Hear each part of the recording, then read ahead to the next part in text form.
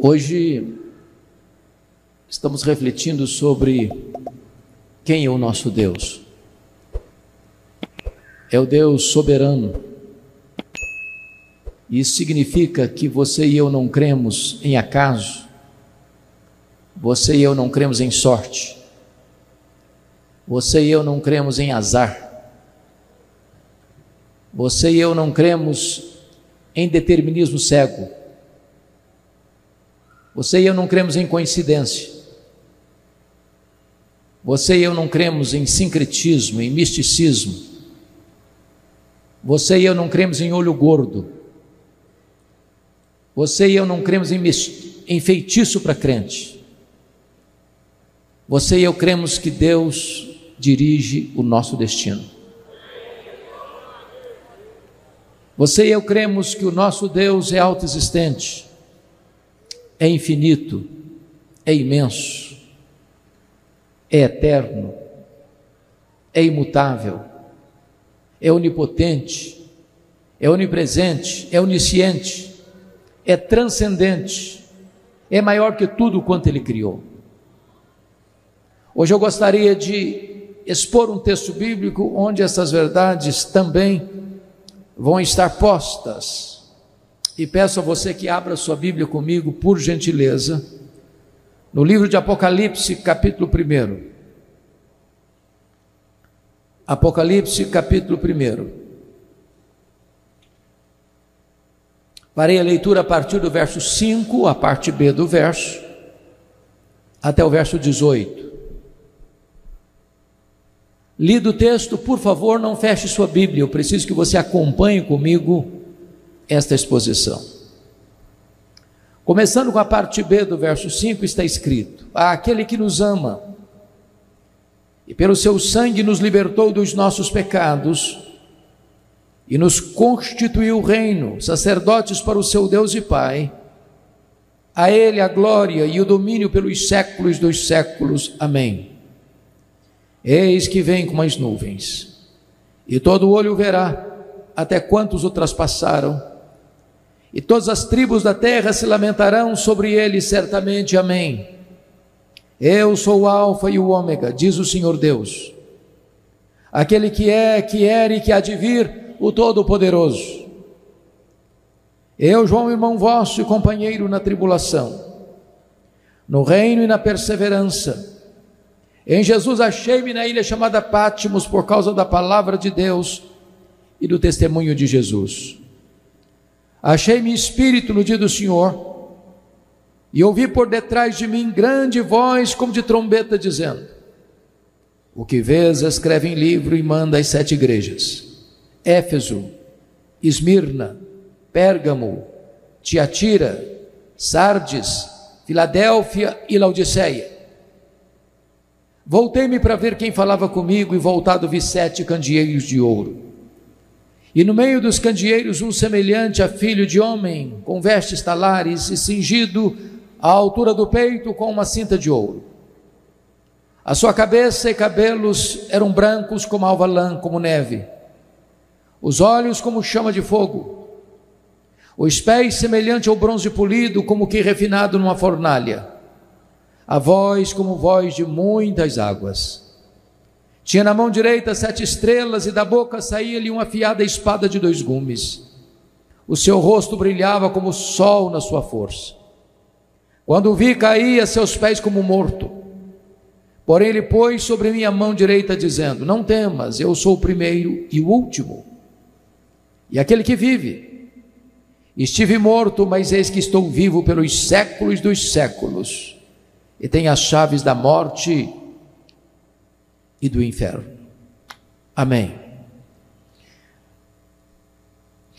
Meus amados, os dias mais sombrios da igreja primitiva começaram, muito obrigado, querido, desde o momento em que o imperador Nero assumiu o comando do Império Romano no ano de 54 da era cristã. Já tinham passado pelo poder César Augusto, Tibério César, Calígula e Cláudio.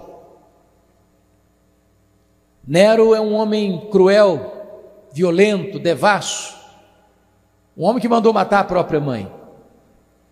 Desde que ele assumiu o governo de Roma, é que as nuvens escuras, preanunciando a chegada de uma grande tempestade sobre a igreja, já se formavam.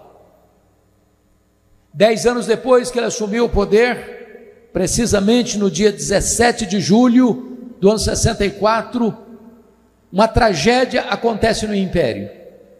A capital, a cidade de Roma, a mais rica, mais populosa e mais poderosa cidade do mundo da época, considerada a cidade eterna, com mais de 1 milhão de habitantes, foi criminosamente incendiada. Foram 7 noites e 6 dias de incêndio, de 17 a 24 de julho. Quando o incêndio acabou, a cidade estava devastada. Dos 14 bairros de Roma, 10 foram destruídos pelas chamas. Os 4 bairros restantes, densamente povoados por judeus e cristãos, dão a Nero um álibi para colocar a culpa do incêndio de Roma nos cristãos. E começa um verdadeiro massacre. Os crentes começaram a ser crucificados e queimados vivos para iluminar as noites de Roma. 2 anos depois, ano 56, ano 66, explode a guerra judaica em Israel. Uma sinagoga fora profanada em Cesareia Marítima, e os zelotes que nunca foram favoráveis ao governo de Roma em Israel se rebelaram contra Roma. Roma manda para lá o general Tito Flávio para contornar aquele motim. 2 anos depois, ano 68, Nero é deposto pelo Senado romano e comete suicídio. 2 anos depois, ano 70, a rebelião em Israel está incontrolável. O general Tito cerca a cidade de Jerusalém e invade a cidade de Jerusalém, destrói o templo de Jerusalém, dispersa os judeus para a mais longa diáspora de todos os tempos, desde o ano 70 a 14 de maio de 1948. Nesse mesmo ano 70, o imperador Vespasiano inaugura em Roma o anfiteatro da morte, o Coliseu Romano, que numa festa de 100 dias de inauguração, mais de 10 mil crentes foram mortos com requinte de crueldade, jogado na arena para os cães morderem, para os touros pisarem, para os leões esfaimados da Líbia devorarem, um verdadeiro banho de sangue. Ano 81, assume o governo de Roma Domiciano. Este homem era tão cruel que ele foi considerado um segundo Nero, ou um Nero redivivo. É o primeiro imperador na história a rogar para si o título de Senhor e Deus. Foi esse imperador que deporta o apóstolo João, então pastor da igreja de Éfeso, para uma colônia penal, para uma ilha vulcânica, para uma ilha do mar Egeu conhecida como Ilha de Patmos. É digno de nota que a essas alturas todos os demais apóstolos do Senhor Jesus já estão mortos, e mortos pelo viés do martírio. João é o último representante do colégio apostólico. A intenção de Domiciano certamente era calar a voz do último apóstolo de Jesus e jogar uma pá de cal sobre a igreja tão sofrida. Mas quando todas as portas se fecharam para João na terra, Deus abriu-lhe uma porta no céu e disse: sobe para aqui, e eu te mostrarei não as coisas que talvez aconteçam, não as coisas que podem acontecer, eu te mostrarei as coisas que devem acontecer. Nas horas mais sombrias da história, quando a igreja está sendo acuada por toda a fúria do diabo, sentindo o bafo do inimigo, o nosso Deus ainda continua no trono, e é Ele quem conduz os destinos da sua igreja. Era um dia de domingo, era o dia do Senhor, quando João escuta atrás dele uma voz como voz de trombeta dizendo: o que vês, escreve em livro e manda às 7 igrejas: Éfeso, Esmirna, Pérgamo, Tiatira, Sardes, Filadélfia e Laodiceia. Quando ele se volta para ver quem falava com ele, ele não vê quem falava com ele. Ele vê as 7 igrejas, e no meio das igrejas um semelhante a filho de homem. Quem é este que ele vê? Este é aquele que é tudo na eternidade. Este é aquele que é tudo na história. Este é aquele que é tudo na igreja. Este é aquele que é tudo no Antigo Testamento. Este é aquele que é tudo no Novo Testamento. Este é aquele que é tudo na terra. Este é aquele que é tudo no céu. Ele é o centro das Escrituras. Ele é a semente da mulher que nasceu para esmagar a cabeça da serpente. Ele é o descendente de Abraão, em quem todas as famílias da terra são abençoadas. Ele é o Cordeiro da Páscoa, cujo sangue vertido, colocado no batente das portas, libertou os primogênitos da morte no Egito. Ele é representado pela coluna de nuvem e pela coluna de fogo. Ele é representado pelo maná que caía do céu e pela água que brotava da rocha. Ele é representado pelo tabernáculo, é representado pela arca da aliança, ele é representado pelo templo, ele é representado pelas festas, ele é representado pelos sacrifícios, ele é representado pelo sábado. Tudo apontava para ele. Ele é a realidade de todas as coisas. Ele é o centro do Novo Testamento. Ele é o verbo que se fez carne. Ele é o Cordeiro de Deus que tira o pecado do mundo. Ele é o alfa, ele é o ômega, ele é o princípio, ele é o fim. Ele é o cabeça da igreja, ele é o fundamento da igreja, ele é o dono da igreja, ele é o edificador da igreja, ele é o protetor da igreja. Ele é o pão da vida, ele é a luz do mundo, ele é a porta das ovelhas, ele é o bom pastor, ele é a ressurreição e a vida, ele é o caminho, a verdade e a vida, ele é a videira verdadeira, ele é o Rei dos reis, ele é o Senhor dos senhores. Então eu gostaria hoje, à luz desse texto, trazer à nossa memória esclarecida 3 verdades. A primeira delas: quais são os atributos deste que nós chamamos do nosso grande Deus e Salvador Jesus Cristo? A segunda verdade que eu quero trazer à luz é a grandeza não só dos seus atributos, mas a grandeza da sua obra. E em terceiro lugar, gostaria de trazer à tona quais são as implicações práticas destas 2 verdades anteriores: quem Ele é e o que Ele fez. Com a Bíblia aberta comigo, vamos olhar em primeiro lugar, a primeira lição que podemos encontrar está no versículo 13. Quando ele se volta para ver quem falava com ele, ele vê os 7 candeeiros de ouro, as 7 igrejas, e no meio dos candeeiros e no meio das igrejas, um semelhante a filho de homem. E a primeira verdade a destacar, que o nosso Deus, o nosso glorioso Redentor, é onipresente. Preste atenção nisso. Ele está ao mesmo tempo na igreja de Éfeso, ao mesmo tempo na igreja de Esmirna, ao mesmo tempo na igreja de Pérgamo, ao mesmo tempo na igreja de Tiatira, ao mesmo tempo na igreja de Sardes, ao mesmo tempo na igreja de Filadélfia, ao mesmo tempo na igreja de Laodiceia, ao mesmo tempo na igreja Assembleia de Deus Fama, aqui em Goiânia, nesta noite. Ele está aqui entre nós, e é porque Ele está aqui entre nós nesta noite, é que nós estamos aqui. Porque se não tivéssemos a presença dEle aqui, esta reunião não passaria de um mero encontro religioso e nada mais. Mas Ele está presente, Ele está andando entre nós, Ele está andando entre nós para nos sondar, para nos conhecer, para nos corrigir, para nos exortar, para nos consolar, para nos fazer promessas. A segunda verdade que esse texto apresenta, observe comigo o verso 14: a sua cabeça e cabelos eram brancos como a alva lã, como neve. O que significa essa figura de linguagem? Significa que Ele é eterno. Ele não foi criado, Ele é o Criador. Ele não passou a existir, Ele é o Pai da eternidade. Ele pré-existe ao princípio, ao começo, à história, ao tempo. Ele está fora do tempo, Ele está dentro do tempo, Ele é transcendente, ele é imanente. Ele existe antes que o mundo existisse.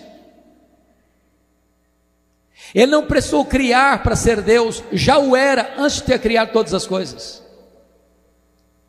Ele não deriva glória da criação, porque antes de criar os céus e a terra, ele já era plenamente glorioso e plenamente satisfeito na relação intratrinitariana.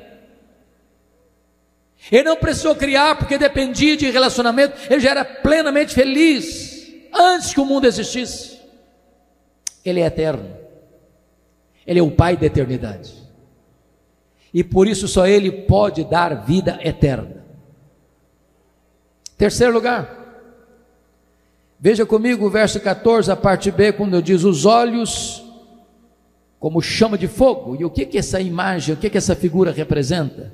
Representa que ele é onisciente, ele tudo sabe, ele tudo vê, ele a todo sonda.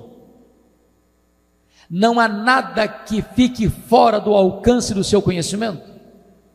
Ele não é surpreendido, ele não é tomado de surpresa, ele não precisa lançar mão do plano B porque o plano A fracassou.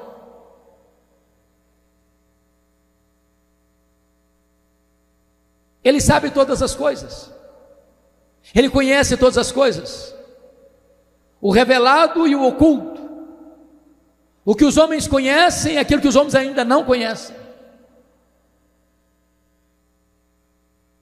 É por isso que há um estribilho nas 7 cartas, e o estribilho é este: eu conheço, eu conheço, eu conheço, eu conheço, eu conheço, eu conheço, eu conheço. Para 5 igrejas ele usou a mesma expressão: eu conheço as tuas obras. Ele sabe o que você não sabe, ele conhece o que o seu marido não conhece, o que a sua mulher não conhece, o que seus filhos não conhecem, o que seus pais não conhecem, o que o seu pastor não conhece.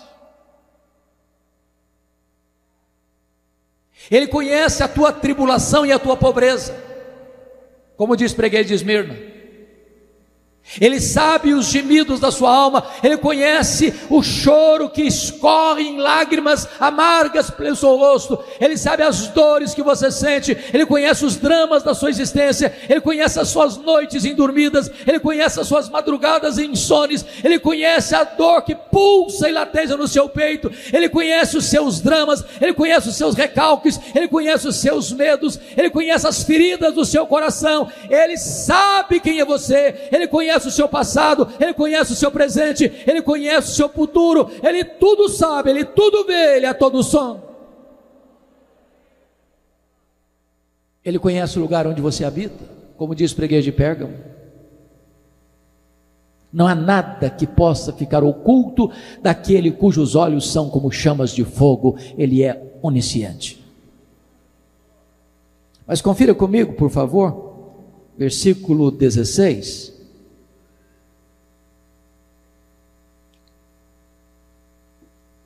Aí no versículo 15, os pés semelhantes ao bronze polido, como que refinado numa fornalha. O que significa essa expressão? Significa que ele é onipotente,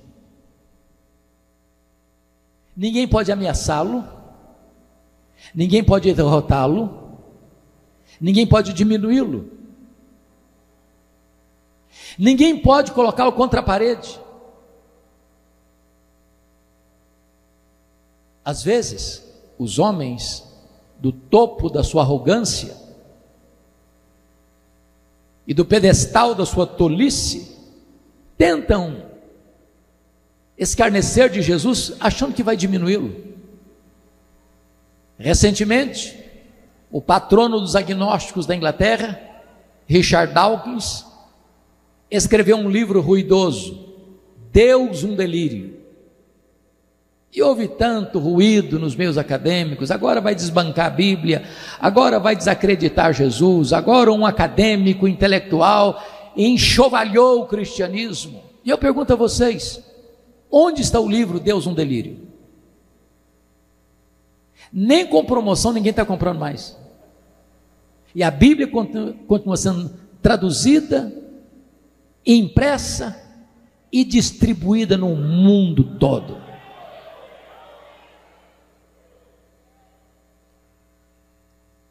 Na década de 70, os 4 cantores de Liverpool, os Beatles, através da voz de John Lennon, afirmou: nós hoje somos mais conhecidos e mais famosos do que Jesus Cristo. Logo depois ele foi assassinado, a banda dispersou, e só os fanáticos sabem de cor o nome dos 4 componentes da banda. E Jesus continuou no trono, sendo adorado por milhões e milhões e milhões e milhões e milhões de pessoas. O carnaval brasileiro, no ano de 2025, em muitos lugares no Brasil, fez apologia ao diabo, tentando com isso escarnecer de Jesus ou diminuí-lo. Lá em São Paulo, há alguns anos, numa dessas cenas, o diabo arrasta Jesus pelos cabelos rua fora, pensando com isso que vai aviltar Jesus ou desonrá-lo ou diminuí-lo. Sabe qual é a cena que eu vejo? É o Salmo 2. O Senhor lá em cima, olhando e rindo,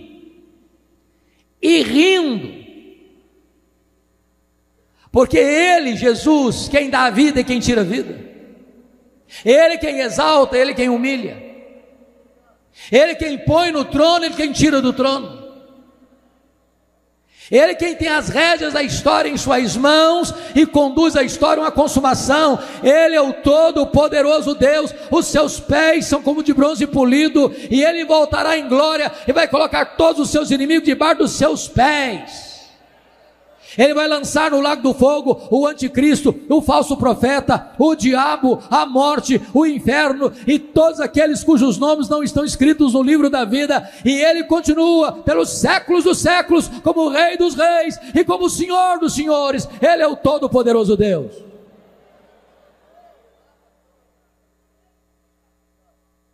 Mas notem comigo, versículo 15 ainda, está escrito: a voz como voz de muitas águas. O que significa isso? Significa que Ele é irresistível. A sua voz é poderosa. A Bíblia diz que foi pela sua voz, pela sua palavra, que Ele trouxe à existência as coisas que não existiam. Ele criou todas as coisas pelo poder da sua palavra. A sua voz, diz a Bíblia, é poderosa a ponto de fazer o deserto estremecer, rebentar com os cedros do Líbano. Ele dá uma ordem e o sol para, Ele dá uma ordem e as estrelas aparecem, Ele dá uma ordem e o mar se acalma, Ele dá uma ordem e o vento cessa, Ele dá uma ordem e a doença tem que ir embora, Ele dá uma ordem e os demônios têm que bater em retirada, Ele dá uma ordem e os anjos saem para obedecê-lo. E nesta noite, nesta casa, esta voz está ecoando, a voz do Evangelho, a voz do Todo-Poderoso Deus, a voz das Escrituras. Mas notem mais, versículo 16: tinha na mão direita 7 estrelas, e da boca saía-lhe uma afiada espada de 2 gumes. Significa isso que Ele é vitorioso, invicto. Irmãos amados, às vezes se imagina que este mundo vai viver a batalha final como se lá estivessem tanques de guerra, armas de alto calibre, medida de forças de exércitos humanos, para vencer o anticristo e a sua corja. Mas a Bíblia está dizendo, e a Bíblia diz que o Senhor matará o anticristo, não com um exército de homens bem equipados, mas matará o anticristo com o sopro da sua boca, com a espada que sai da sua boca.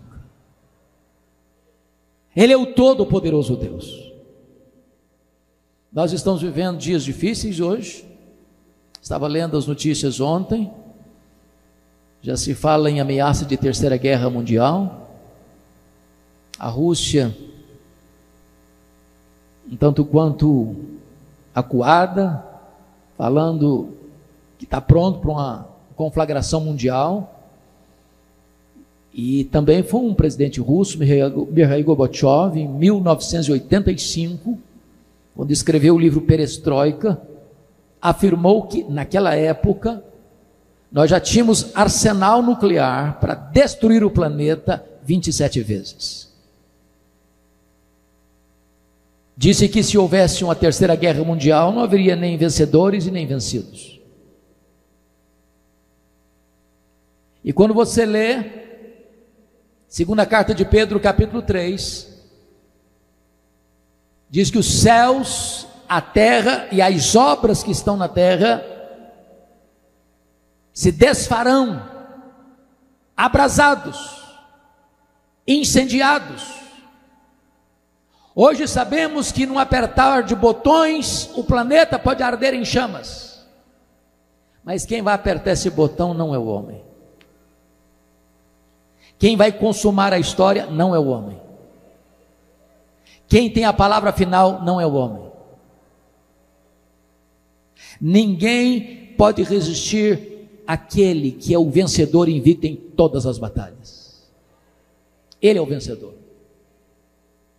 E a igreja de Deus não precisa temer, porque a Bíblia diz lá no texto de Pedro, que nós aguardamos novos céus e nova terra, nos quais habita a justiça, e nós estaremos com ele, e nós reinaremos com ele, e nós contemplaremos a face dele, e nós o serviremos para sempre, e sempre, e sempre, e sempre. Mas notem comigo mais, versículo 16, a parte B diz que o seu rosto brilhava como o sol na sua força. O nosso Cristo é glorioso. O Cristo que João está vendo aqui, irmãos, não é aquele Cristo suando sangue em lágrimas, prostrado no chão do Getsêmani. O Cristo que João está vendo aqui não é o Cristo cuspido e esbordoado do sinédrio judaico. O Cristo que João está vendo aqui não é o Cristo espancado e torturado do pretório romano. O Cristo que João está vendo aqui não é o Cristo que caminha trôpego pelas ruas apinhadas de Jerusalém, sob os apupos e vaias de uma multidão ensandecida. O Cristo que João está vendo aqui não é o Cristo pregado naquele leio maldito, suspenso entre a terra e os céus. O Cristo que João está vendo aqui é o Cristo glorioso, cuja cabeça e cabelos são brancos como a neve, cujos pés são como bronze polido, cujos olhos são como chama de fogo, cuja voz é como voz de muitas águas, e cujo rosto brilha como o sol no seu fulgor.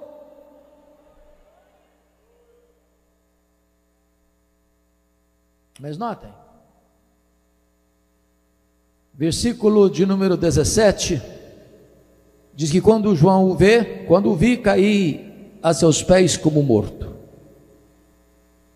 Pastor Abinair, é uma coisa tão interessante observar nas Escrituras. Todas as pessoas que contemplaram o Senhor na sua glória, tiveram um profundo impacto. Um profundo impacto. Isaías gritou: ai de mim, estou perdido. Diante da manifestação da glória de Deus, Jó disse: eu te conhecia só de ouvir, mas agora os meus olhos te veem, por isso eu me abomino no pó e na cinza. Pedro diz: afasta-te de mim, Senhor. Paulo diz: miserável homem que eu sou. João cai como morto aos seus pés. É impossível estar na presença daquele que é o glorioso Deus sem ter um profundo impacto na vida. E João, que era o mais próximo discípulo de Jesus, cai como morto aos seus pés.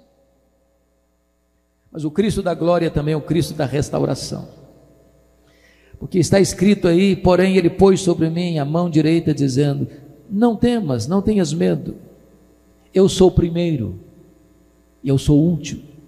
Eu estive lá no começo, eu vou estar lá no fim, e eu estou com você no processo. Não tenha medo, João, porque eu já estive morto, mas eu estou vivo pelos séculos dos séculos. Nós não estamos aqui adorando o Cristo que esteve vivo e está morto, nós estamos aqui adorando o Cristo que esteve morto, mas está vivo pelos séculos dos séculos. Nós estamos adorando aqui ao Cristo que entrou nas entranhas da morte, arrancou o aguilhão da morte, matou a morte e ressuscitou, inaugurando a imortalidade. E Ele é a ressurreição e a vida, e se você crê nele, você nunca morrerá eternamente, mas já passou da morte para a vida. Não tenha medo, João, porque eu tenho as chaves da morte e do inferno. Quem tem as chaves tem autoridade, quem tem as chaves tem o poder, quem tem as chaves tem o comando. Jesus manda no céu, Jesus manda na terra, Jesus manda no inferno. O diabo não tem o poder, quem tem o poder sobre o inferno é o Senhor Jesus Cristo. Lá ele vai ser atormentado de dia e de noite, pelos séculos dos séculos, mas o Cristo da glória, a quem servimos e adoramos, é o que tem as chaves da morte e do inferno. Você não precisa ter medo, você pode adorá-lo nesta noite.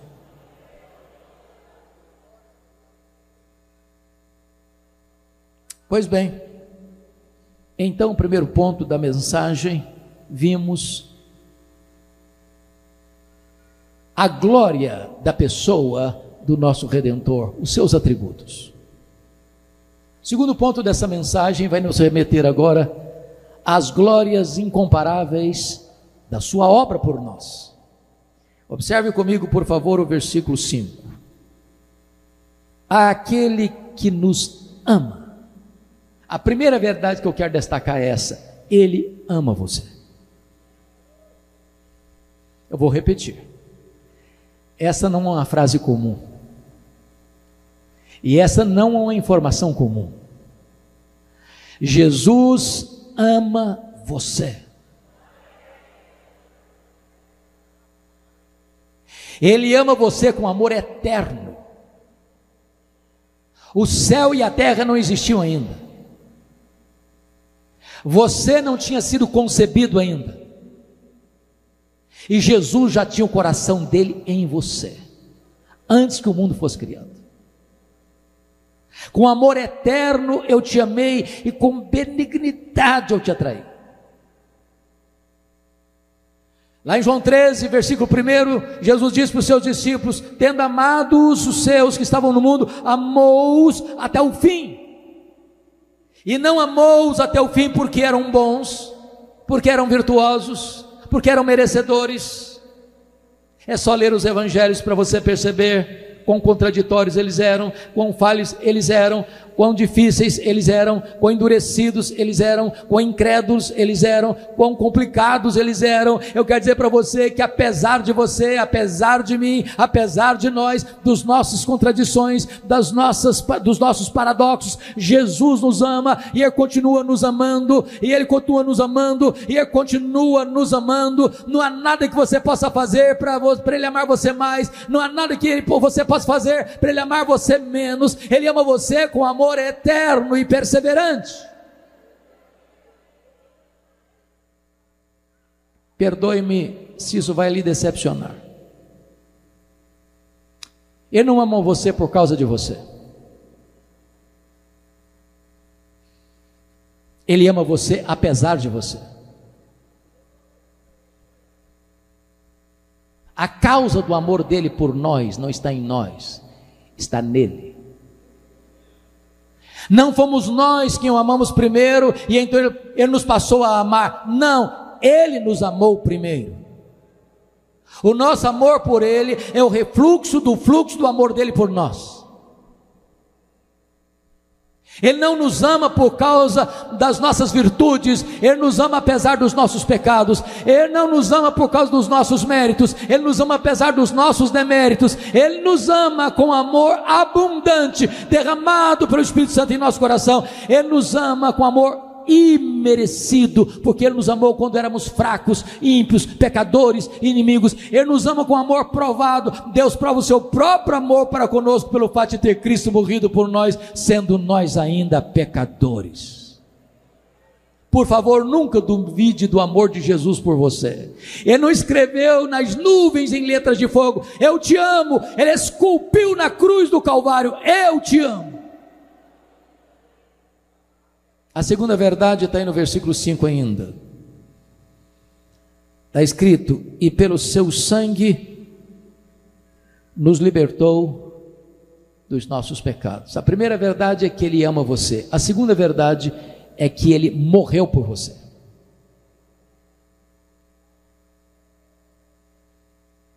Vou repetir: Ele morreu por você.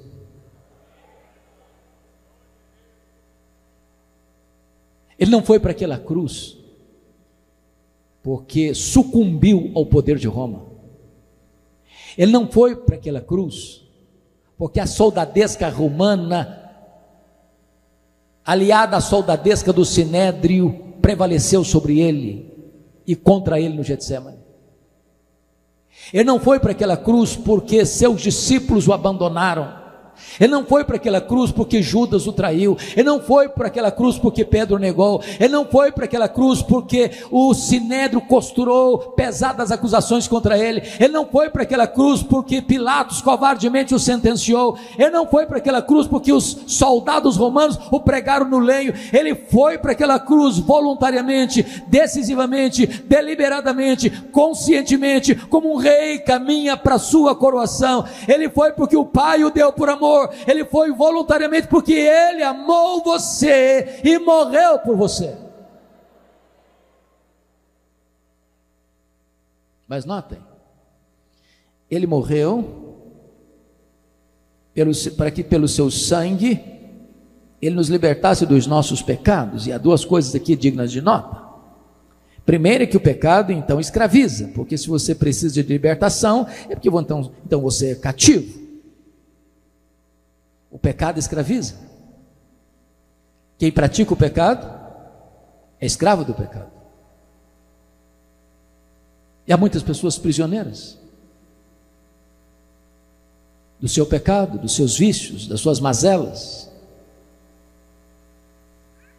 E a segunda coisa que esse texto está nos dizendo, que nós então não podemos libertar a nós mesmos.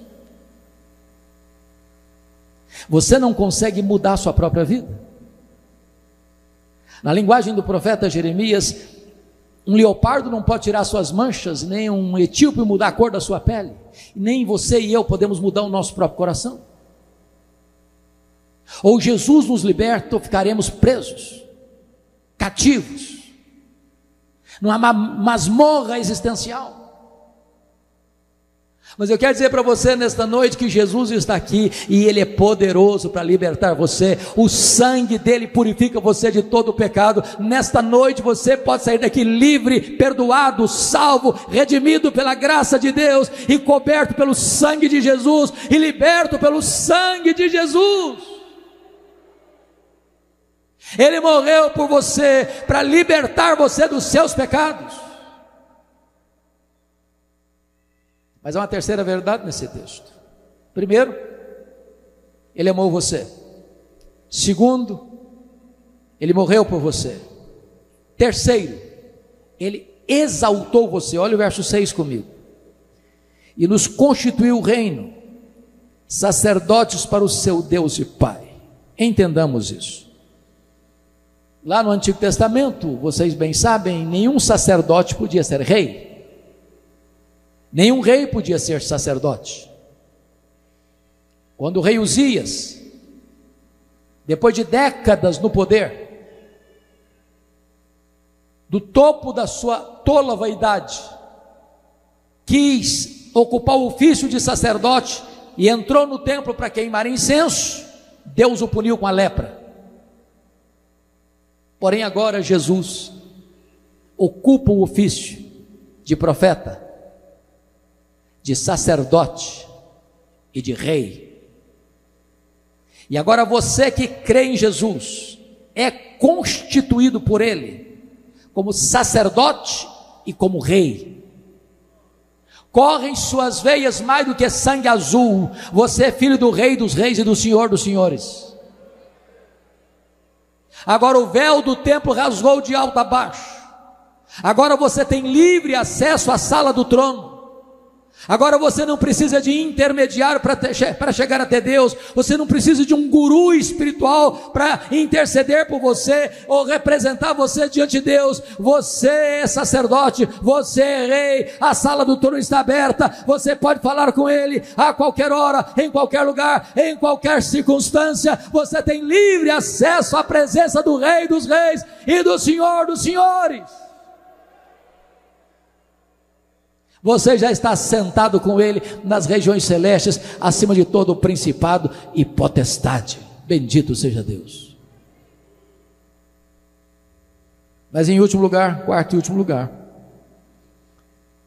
a gloriosa obra de Jesus. Ele amou você. Em segundo lugar, Ele morreu por você. Em terceiro lugar, Ele exaltou você. Em quarto lugar, Ele voltará para você. Olha o versículo 7 comigo. Eis que vem com as nuvens, e todo olho verá, até quantos o traspassaram. Meus amados irmãos, a segunda vinda de Cristo é a acrópole da nossa esperança, é o pináculo da nossa fé,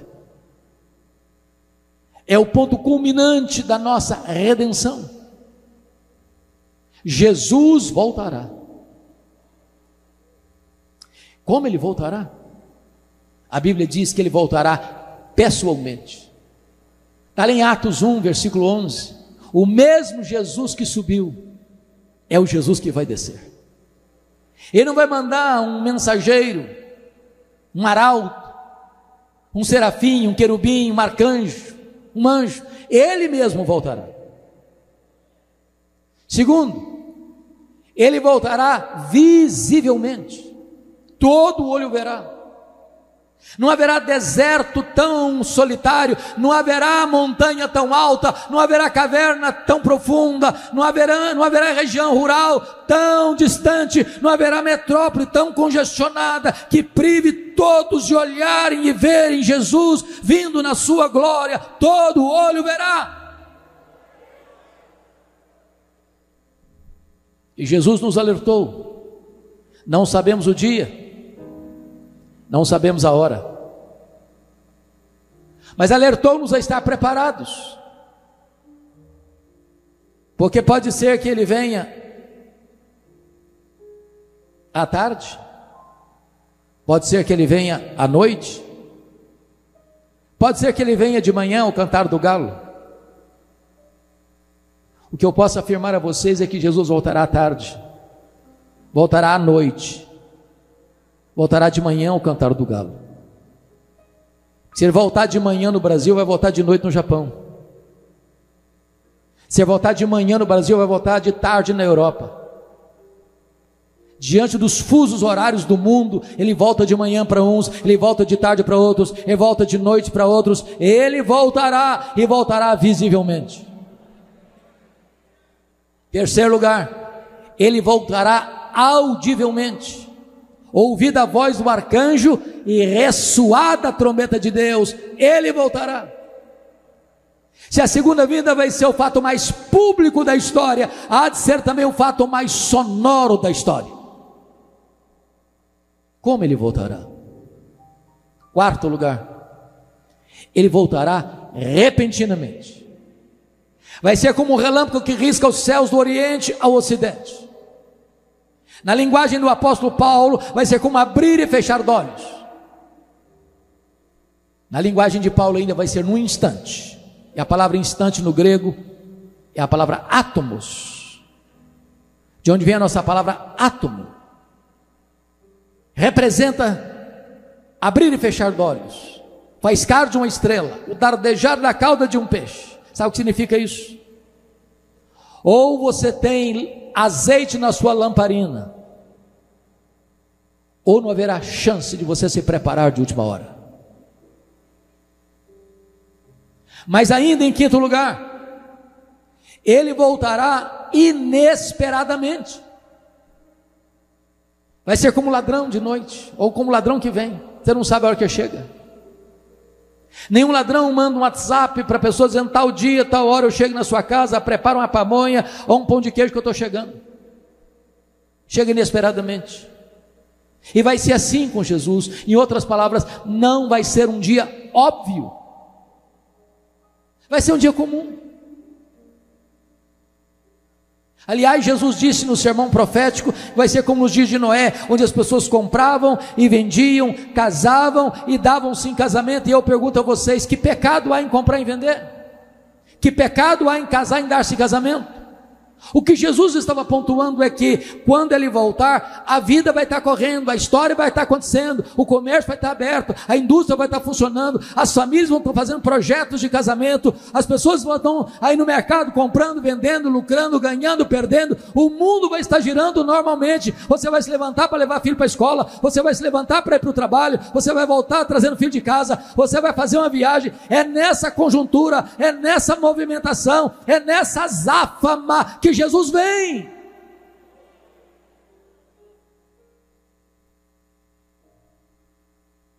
Prepara-te, ó Israel, para te encontrares com o teu Deus.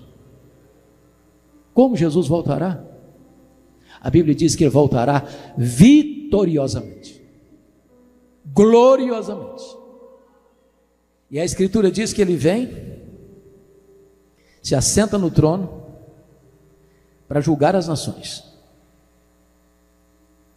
e vai colocar todos os seus inimigos debaixo dos seus pés, e lançar a eles o anticristo, o falso profeta, o diabo, a morte, o inferno, os réprobos, os ímpios, cujos nomes não estão escritos no livro da vida, no lago do fogo.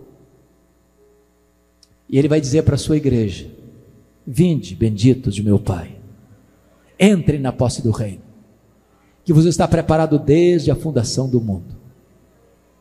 E nós entraremos para as bodas do Cordeiro, uma festa que nunca mais vai acabar. Os nossos olhos vão ser limpos de toda lágrima, não vai ter pranto, nem dor, nem morte. As primeiras coisas já terão passado, e nós reinaremos com Ele para sempre, e sempre, e sempre. Pois bem, agora vamos ao último ponto da mensagem. Vimos as glórias da sua pessoa, as glórias da sua obra. Agora veremos quais são as implicações desses dois pontos anteriores. A primeira implicação é que então você não precisa ter medo da vida. Ele disse: eu estou vivo pelos séculos dos séculos. Tem muita gente, irmãos, com medo da vida. Tem muita gente com medo de viver. Tem muita gente jogando droga nas veias porque não suporta a vida. Tem muita gente se embriagando nos bares das esquinas das nossas ruas porque não suporta viver. Tem muita gente flertando com a morte. Tem muita gente pulando no abismo do suicídio porque não aguenta a vida. Mas se você crê que Jesus é o Filho de Deus, se você crê que Ele morreu pelos seus pecados, se você crê que Ele veio para dar vida a você e vida em abundância, você não precisa ter medo da vida. A vida é um dom de Deus, a vida é um privilégio, a vida é uma celebração. Viver é Cristo, porque Ele veio trazer vida em abundância e vida eterna. Segundo, então você não precisa ter medo da morte. Eis que eu estive morto, mas estou vivo pelos séculos dos séculos. Se a morte é o rei dos terrores, Jesus é o rei dos reis. Jesus matou a morte. Agora a morte não tem a última palavra. Agora o túmulo não é o nosso último endereço. Agora, para um crente, morrer é bem-aventurança. é deixar o corpo e habitar com o Senhor, é partir para estar com Cristo, o que é incomparavelmente melhor. Você não precisa ter medo da morte, porque Jesus já venceu a morte. Terceiro, você não precisa ter medo da vida, você não precisa ter medo da morte, você não precisa ter medo do desconhecido. Me permita explicar isso. Se você já nasceu de novo, se você é crente no Senhor Jesus, você sabe que o céu é o seu lar e a sua pátria. Porém, nós, embora tenhamos essa garantia, não sabemos o que vai nos acontecer amanhã. O pastor Abinair não tem a garantia de que os membros amados, reunidos aqui nesta noite, todos estarão num próximo culto desta igreja, vivos todos nós. Não sabemos disso, não enxergamos na curva, não vemos no escuro. Quando João foi deportado para aquela ilha vulcânica, para aquela colônia penal, o ambiente era muito sombrio. Quem o mandou para ali foi Domiciano. Mas quando ele vai interpretar as coisas do ponto de vista de Deus, ele diz: não foi não. Eu estou aqui por causa da palavra de Deus e do testemunho do Senhor Jesus. Eu estou aqui porque homens fecharam para mim as portas da terra, mas eu estou aqui porque Deus abriu para mim uma porta no céu. E quando ele olha, ele vê um trono, e quando ele vê alguém assentado no trono, e este alguém é o Todo-Poderoso Deus, Santo, Santo, Santo. E quando ele olha, esse Deus que está no trono tem um livro na sua mão, todo escrito por dentro e por fora, de todo selado com 7 selos, e ninguém foi encontrado digno para abrir esse livro, nem sequer olhar para ele, nem no céu, nem na terra, nem debaixo da terra. E diz a Bíblia que João chorava muito, até que escuta a voz de um ancião dizendo: não chores, João, eis que o leão da tribo de Judá, a raiz de Davi, venceu para abrir o livro e desatar os seus selos. E Jesus pega esse livro e desata os selos, e a história vai rompendo, e depois vem as 7 trombetas de Deus, e depois se levanta o quarteto do mal, o diabo, o anticristo, o falso profeta, a grande Babilônia. Então as taças da ira de Deus são derramadas, então o quarteto do mal cai em ordem inversa, cai a Babilônia, cai o anticristo, cai o falso profeta, cai o diabo, e então haverá novos céus e nova terra, onde habita a justiça. Eu não conheço o amanhã, mas Jesus está no amanhã, e Jesus está comigo, e eu estarei com Ele, e nós reinaremos com Ele para sempre, e sempre, e sempre. Mas finalmente, você não precisa ter medo da vida, você não precisa ter medo da morte, você não precisa ter medo do desconhecido, e finalmente, você não precisa ter medo da eternidade. Jesus disse: eu estou vivo pelos séculos dos séculos. Os milênios vão se rolar nas dobras do futuro, e nós estaremos lá, com um corpo semelhante à glória do Senhor Jesus, e Ele estará conosco. Ele será o nosso Deus, e nós seremos o seu povo, para sempre, e sempre, e sempre, por toda a eternidade. A este Jesus rendemos a honra, a glória e o louvor, por quem Ele é, por aquilo que Ele fez por nós, e pelas consequências de quem Ele é e do que Ele fez por nós. Não precisamos ter medo, nem da vida, nem da morte, nem do desconhecido, nem da eternidade. Eu quero orar com você nesta noite. Onde você está, por favor, curva sua fronte, feche os seus olhos.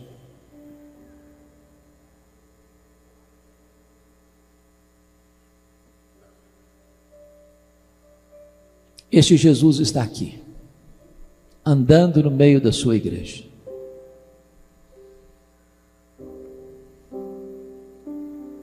Ele conhece você, conhece o seu nome, Ele conhece a sua história.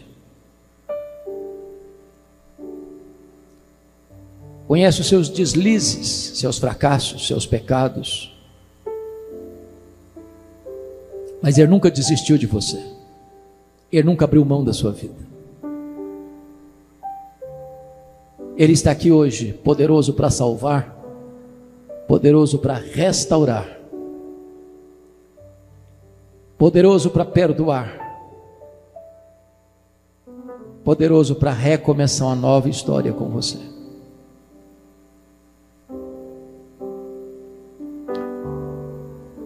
Deus amado, a tua palavra foi lida e foi exposta, mas temos plena consciência de que só podemos falar aos ouvidos. Só o teu Espírito pode falar aos corações. O que podemos te pedir é que tu tires o tampão dos nossos ouvidos, a venda dos nossos olhos, e que tu toques o nosso coração. Tu conheces, meu Deus, cada pessoa que entrou aqui hoje, como cada uma entrou aqui hoje. E nós cremos, ó Deus, que hoje é o dia oportuno da salvação, que hoje é o dia da oportunidade. Então segreda o coração de cada pessoa aquela obra que ninguém pode imitar e nem fazer, a obra poderosa do Espírito Santo que transforma, que faz tudo novo. E nós te renderemos todo o louvor e toda a glória pela manifestação da tua graça em nosso meio nesta noite, em nome de Jesus, amém.